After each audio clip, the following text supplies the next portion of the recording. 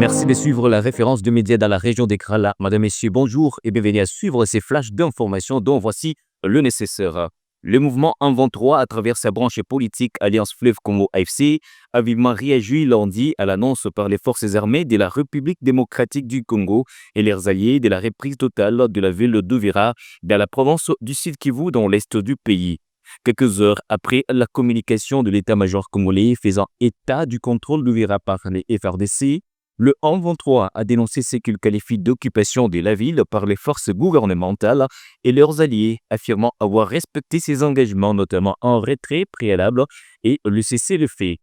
Malgré le respect scrupuleux par l'Alliance Fleuve Congo, mouvement du 23 mars, de ses engagements, notamment le retrait effectif de la ville d'Uvira, de son unité d'observation et de monitoring, ainsi que le respect strict du cessez-le-feu, les forces coalisées du régime de Kinshasa ont occupé la ville d'Uvira immédiatement après leur retrait, a déclaré le mouvement dans un communiqué.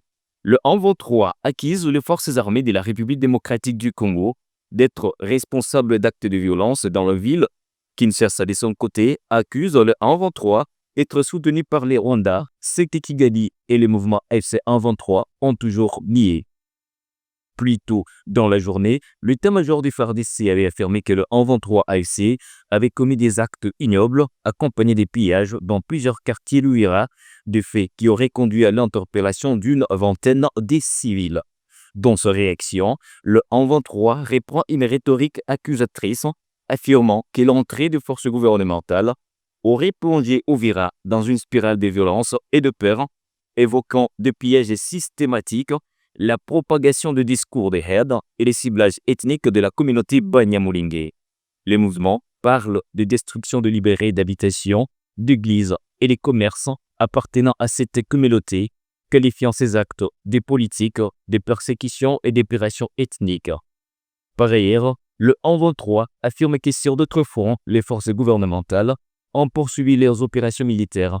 Selon les mouvements, des positions du M23 à Kipese dans les territoires de Lubero Nord Kivu auraient été attaquées dimanche 18 janvier avant une offensive lancée lundi contre Kasoko dans les territoires du Massissi.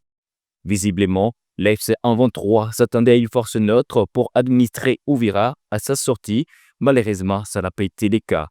Le gouvernement congolais via les ministres de la communication a annoncé dans un communiqué diffusé tard dans la nuit l'installation progressive des autorités dans la ville d'Uvira.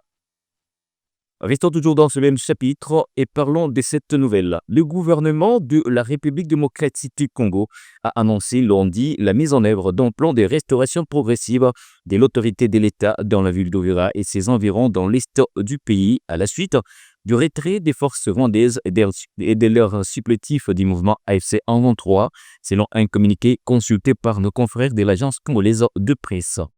Ces plans prévoient une combinaison de mesures sécuritaires, judiciaires et humanitaires coordonnées, destinées à rétablir durablement la sécurité, à protéger les populations civiles et à favoriser la stabilisation sociale dans cette zone frontalière instable, précisent les documents publiés par le ministère de la Communication et des Médias. Les autorités affirment que le retrait des forces d'Uvira a été précédé par des actes répétés et systématiques de pillage, des vols à grande échelle et par l'instauration d'un climat d'insécurité et a contribué à la désorganisation sociale et à la stigmatisation communautaire. Les gouvernements estiment que ce retrait ne peut être interprété comme un geste de bonne foi ni comme un signe d'apaisement durable. Selon les communiqués, les forces armées congolaises et la police nationale poursuivent leur retour progressif et ordonné dans la ville et ses alentours afin de rétablir l'autorité de l'État, d'assurer la sécurité des personnes et de leurs biens et de contenir les effets du chaos laissé par les groupes armés.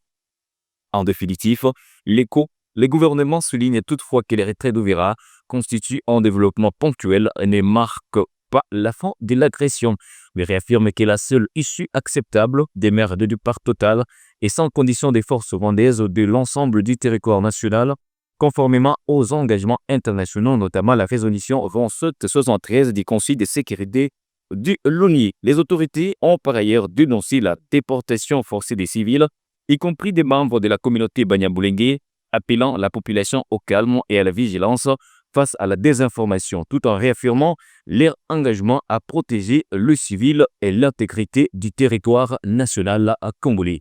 Mesdames, Messieurs, c'est comme ça que se referment ces flashs d'informations sur le Volcan News. On se fixe rendez-vous très prochainement. Continuez à vous abonner massivement. Au revoir.